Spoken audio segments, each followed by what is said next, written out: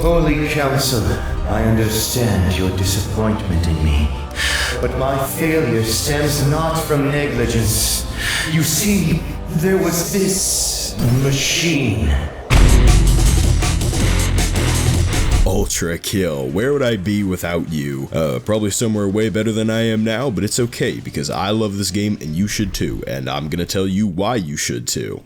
You can date robots. I sure hope that doesn't entice you, but in case it does, they also sell body pillows. ULTRAKILL is a first-person movement shooter made by Hakita that, I actually didn't edit this video at all. The game just looks like this. I'll expand more on it later, but the way ULTRAKILL plays is pretty unique. I mean, there's literally a style meter, and the game expects you to meet certain criteria throughout your playthroughs of each level. Thankfully though, you play as a robot named V1, who was literally created for a war that was going on, but then the war ended, so he's kinda useless now, but because he was designed for war, he's got quite the skill set, and the first level coming up explains to us the basics. V1 heals off of fresh blood, and since all of humanity is just dead for some reason, there's no more blood for him, on Earth at least, so he heads to an abandoned mine that was created to extract resources from hell and enters with only one drive. Mankind is dead. Blood is fuel. Hell is full.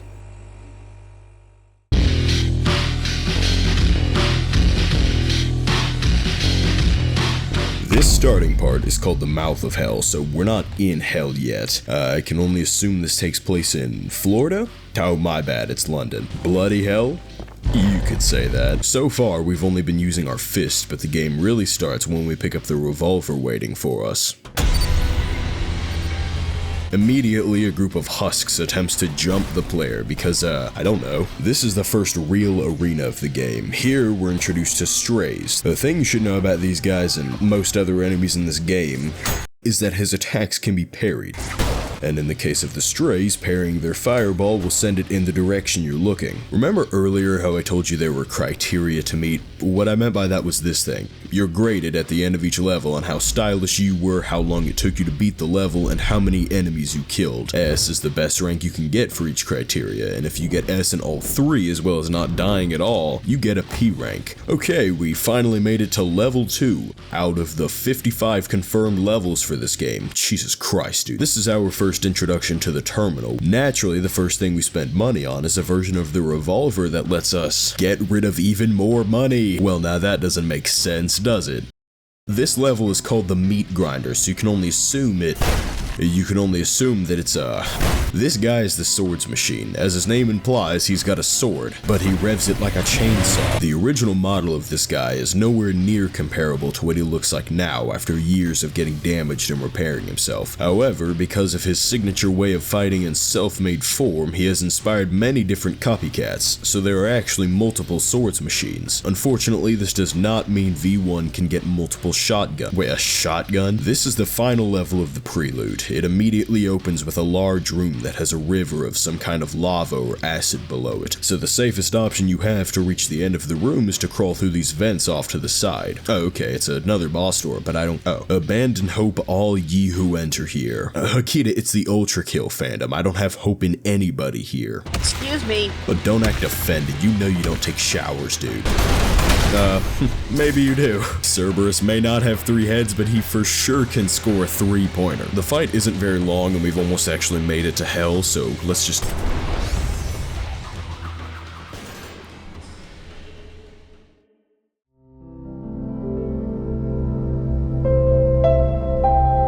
okay, we've actually made it to hell now. So I'm expecting— what? How is this better than the Mouth of Hell? Like, actually, why? I feel like I should explain a little bit. So, Devil May Cry doesn't have the only Dante that inspired this game. ULTRAKILL followed the layout of Dante's Inferno, but changed a bit about the layers themselves. So, Limbo is actually not a place where you're tortured, but rather a place where people who never cared for or believed in God went. And ULTRAKILL's Limbo is much nicer than most depictions. But everything changed when the British attacked. These guys are so annoying, oh my god. The only reason I came down here is for this, by the way. The next level has a door that can be unlocked by using either a red or blue skull key. If you get both of them though, a wall off to the side unlocks and you get to— I would tell you, but I don't really understand what's happening, so I'm just gonna...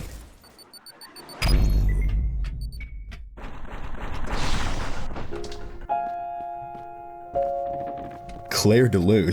Look, I'm gonna be honest, this level is gorgeous. There's a stone path that leads to some kind of building, and if you walk past the stairs, you'll see 3 blue pedestals, along with 3 locks on a gate, which will become a standard throughout the game. As you look around for the skull keys, you kind of learn about this place. I explained a bit about Limbo earlier in preparation for this level. There's a skeleton here of someone who was probably named Hank. He was destined for eternal damnation, but only in Limbo, and he knows that he's stuck here forever. But just in case, he writes about his pleas to an angel named Gabriel, hoping to be led into heaven someday. Unfortunately, it seems his prayers meant the death of him. For now, we can only assume that this is the angel he prayed to. After finding the first skull key and placing it on the pedestal,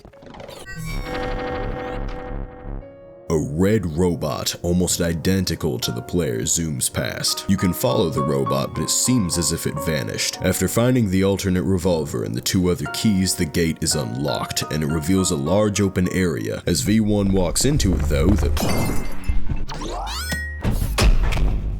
Who are you? My name is Riku. I was designed as a security droid for the movies. Oh, it's a shame. I was designed for the war that preceded that. And yet it was a war without reason.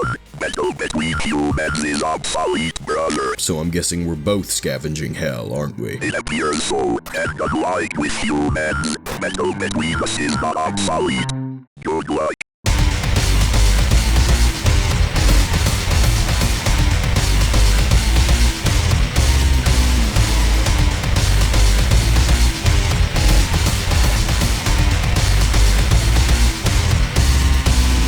V2 is a supreme machine and was created by humans to help with the new piece. Despite its lack of use for war, it still has quite the skill set. It can't do everything that you can, but can still do a lot. And instead of having a regular arm, it has what's called the Knuckle Blaster, essentially a shotgun built into its own arm.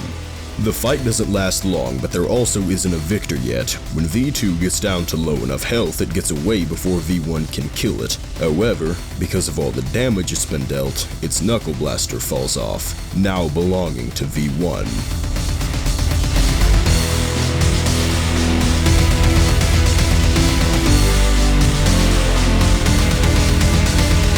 I'm sure this will come in handy. This place is actually 3D now. Very vertical. In case it wasn't obvious enough, this is the Lust layer. When Hakita was making this level, there were 68 possible kills, but he added one more as a joke.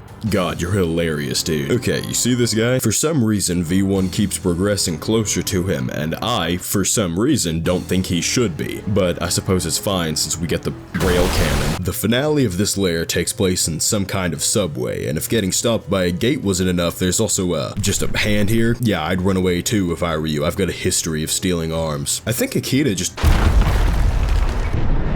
Hold up. Remember earlier how I said you can parry most enemies in this game? Come on, that's so sick. I wish this fight was a little longer and had music, but it's fine. When you make the corpse undead, you kind of just crawl into his mouth.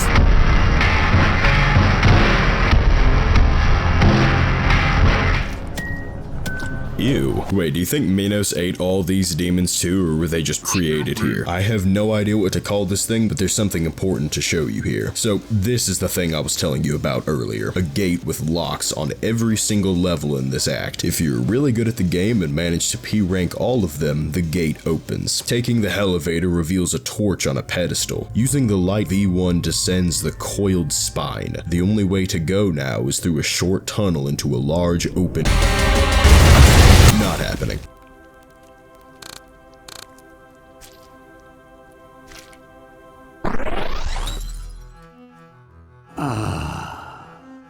Free at last.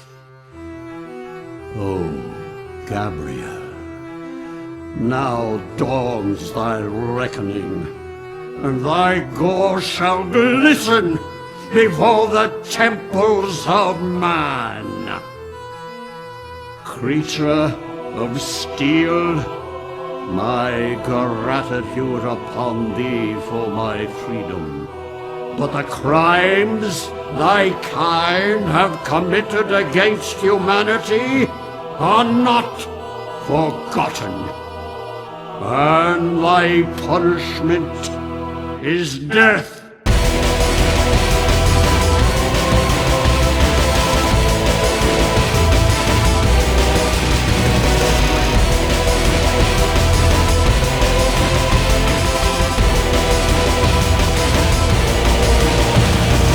Minos Prime is the first Prime Soul we encounter. Although he thanks V1 for freeing him from his prison, he also knows that in order to have made it this far, V1 had to have killed plenty of his people. Minos will not allow this to go without retribution, and my god does he retribute. Minos has an arsenal of 8 attacks he can inflict, and all of which nearly eviscerate V1. But of course, just as with his carcass, some of his attacks can be parried. Even though he already existed, I feel like Akita did a good job fleshing out Minos, and I really like his character. His story is kind of sad though. For context, and I'll talk about this again in my Act 3 video, it's heavily implied that God chose to leave heaven, or more likely take his life out of regret for what he had created. This left only the Holy Council in charge of heaven. Minos thought it was unjust to punish someone for loving another person, so instead of torturing his people, he worked with them to make the lair of lust a utopia for everybody. Unfortunately, the Holy Council did not approve of this, and as you heard earlier, Minos was basically killed by Gabriel. He was trapped in his own body and was forced to watch the aftermath. His snakes had become parasites and took over his corpse. They began to destroy everything Minos had worked so hard to create, and despite all that he had done, Forgive me, my children, for I have failed to bring you salvation from this cold, dark world. he felt his last words should be an apology.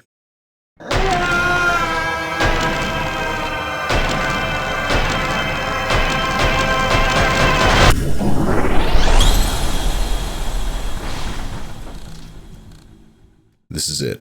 The last level of Machine, turn back now. The layers of this palace are not for your kind. Turn back, or you will be crossing the will of God. It's him. The dude I've heard so much about is just telling me to leave. I've come so far, I'm not just gonna go back. Your choice is made. As the righteous hand of the Father, I shall rend you apart, and you will become inanimate once more. If I want to stay alive, I need blood. And I don't care who it comes from. Behold, the power of an angel!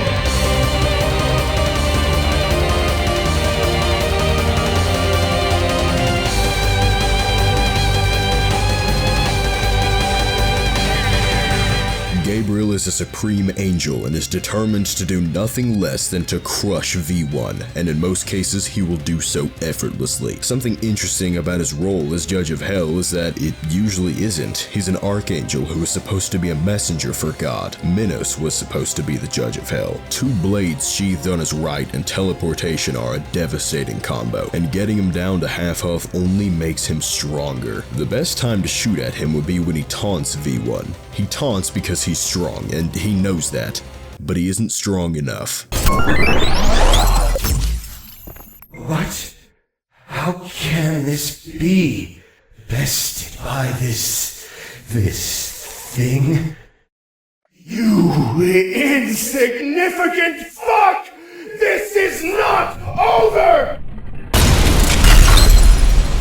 May your woes be many, and your days few. Holy Council, I understand your disappointment in me, but my failure stems not from negligence. You see, there was this machine. You dare imply the might of the Father could be shaken by mere objects? Never could it be! But that thing was far more powerful than anything I've encountered before. If the machine was able to do this to me, it may do far worse to the rest of heaven. Impossible. Heresy. Unspeakable. Heresy. Blasphemous. No, Council. It wasn't an insult. It was a warning.